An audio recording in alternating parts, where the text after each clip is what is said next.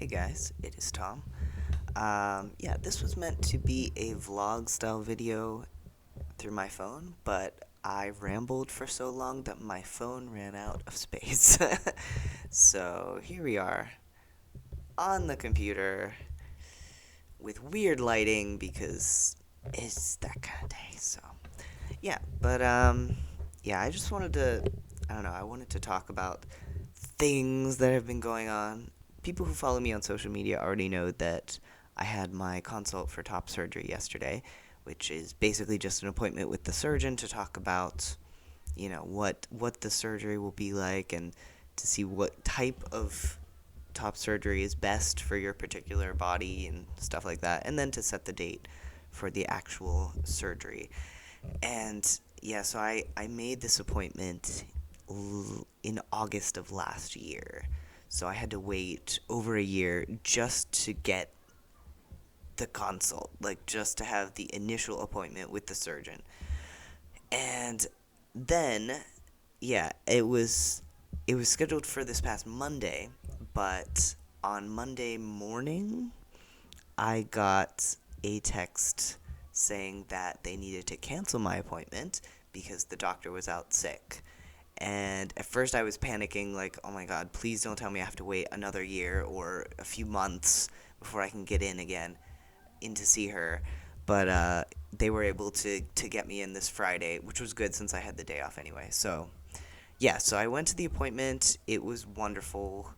Like the doctor's great. Everybody recommends her. She's like one of the, I don't know, one of the doctors that people are willing to wait over a year, to even get in to see. So like, yeah, I don't know. Like there was a moment during the consult where like she had just finished explaining like how my chest would look after the surgery and after everything was healed, and I just had this rush of just like joy and euphoria and just like like relief. Um, and I felt really good. And then I went out to the receptionist to schedule the surgery, and she told me that it would take like, it would be like the earliest, the absolute earliest she could get me in would be like late August of next year. And just thinking about that, thinking about a, another year, another long summer in a binder, just I just I can't. Like I almost, like, it literally felt like I got punched when she told me that. Like it was just boom, and just despair washed over me. And yeah, but then she told me, "Oh, well, it's different if you pay out of pocket." So like if you pay through insurance, the insurance company needs like several months to get everything in order. Like you have to submit doctor's notes, you have to submit a note from a therapist, you have to have a what's it called? A diagnosis of gender dysphoria. You have to get all these permissions and all this stuff done, and it takes a really long time.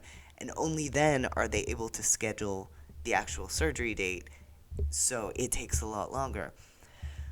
But if you pay out of pocket, if you pay for the whole thing yourself, then yeah. So if I pay for this surgery without insurance, which I'm not even sure if I can get an insurance good enough to pay for it anyway, because I am poor and I cannot afford an expensive insurance. Like I already go through the the healthcare marketplace to get my insurance, and even then it's a challenge to pay for it because it's super expensive. But like if I pay for this out of pocket, I can have the surgery done in April. Late April, but April. And that's the timeline that I was originally hoping for. I was hoping to get it in March or April of next year. So like here we are. Where so I said, okay, put me in for late April, and I will just have to find some way to get that money. So since yesterday, yeah, I've been kind of like initially I was after the first sucker punch of it, I just kind of went into this like, yeah, it'll be okay, it'll be fine. But it's slowly been dawning on me that no, actually it is not fine. I am poor and I have mountains of debt and I have to figure out how to pay for this. So like, I've thought about I mean, one thing I have to see if I can maybe I can use Care Credit, which is like it's like a credit card, but you can use it for medical expenses and things like that. Like I've used it for the cat's vet bills before, and the interest rate is a bit lower, and they give you like 6 months of interest-free payments or something like that. But that won't cover all of it. That will only cover like a chunk. I could take out a personal loan. I just finished paying off the personal loan that I took out when I was drowning in debt. I mean, I'm still drowning in debt, but at least now I can afford my bills and groceries. But like when I was struggling to get by on an ESL teacher salary, I had to take out a personal loan just to keep food on my table. Um, so I finally paid that off, so I could take out another personal loan, and then struggle to pay it back for the next however many years it takes. It's just and like I know that fundraising is an option. Like I've contributed to lots of people raising money for top surgery on GoFundMe and things like that. And like I never had a thought against those people. I was like, "No, this is great. I'm so glad that you're doing this. Let us help you." But when it's me, I'm like, "Oh, I couldn't possibly ask people for help." I will freely give help and like reassure people that there's nothing wrong with asking for help. But when it comes to myself, I'm like, oh, I don't want to bother anyone. So I don't know. Like, and even if I did something like that, I don't know.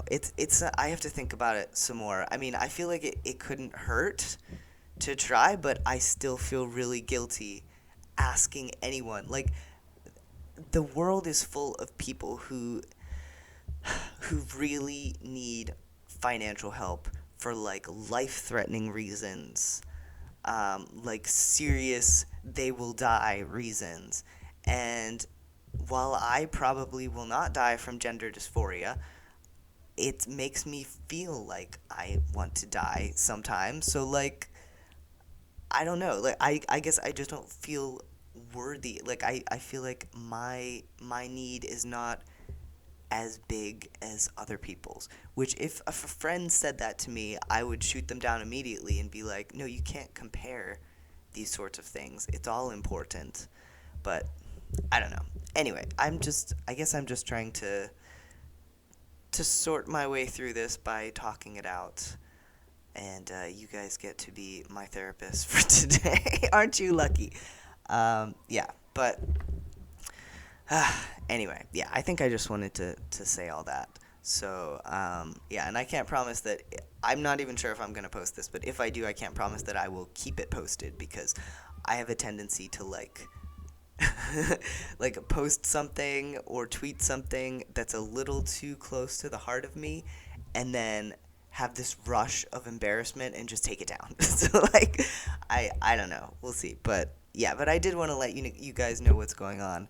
And if I'm not in the right headspace to make like happy videos for a few days, that might be why, because like I have a lot that I have to think about. So, yep. But yeah, that's all. I just wanted to talk about that. So, I must now go delete things from my phone because it won't even let me take pictures now because I've filled it so completely.